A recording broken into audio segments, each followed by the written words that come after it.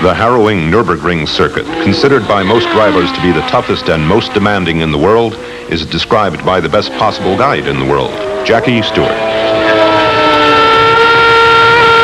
So we're going down this wooded section, this funnel almost in the forest. You're going down in fourth gear, very, very quick indeed.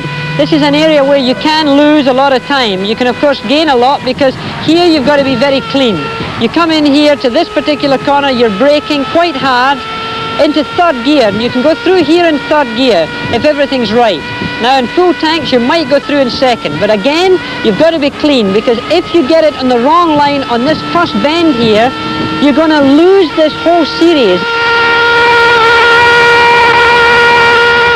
Here you see yourself going through what is really a cutting in a heavily valleyed area with trees. Now can you think of going down here at 175 where the car bottoms out, it grunches the suspension, the chassis really gets gouged.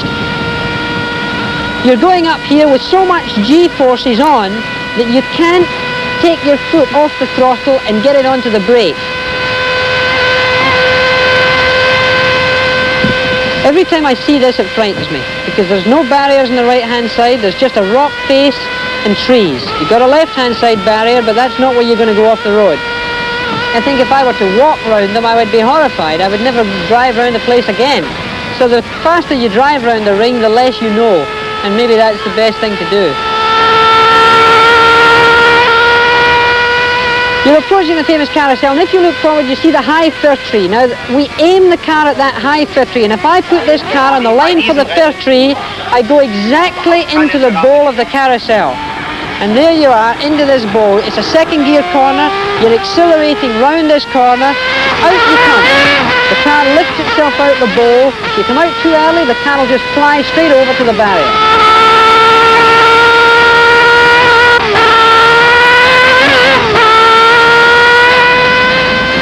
The whole surface of the Nurburgring is never even, you know, it's never totally flat. You're sort of, if the left-hand side of the road is up, the right-hand side's down. The whole car is pitching and tossing all the time, and the car is working terribly hard on its suspension. It's a horrible compromise for the designer. The Nurburgring it's like riding a bucking bronco. It's like a rodeo, because whatever you do to a racing car, you never seem to be able to have everything working as one. The hedges at the Nurburgring are worrisome. The marshals seem to hide behind the hedges. And in fact, here you've got no barriers at all. You're just going down this sort of chute that looks like a bowling alley, really.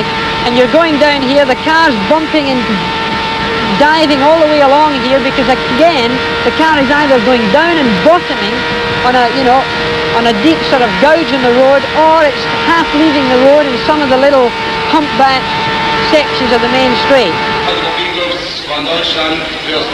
For a quick laugh at the Nurburgring, you've probably experienced more in 7 minutes and 6 or 7 seconds than most people have experienced in all their life, as the way of fear and the way of tension and the way of animosity towards machinery and to a racetrack.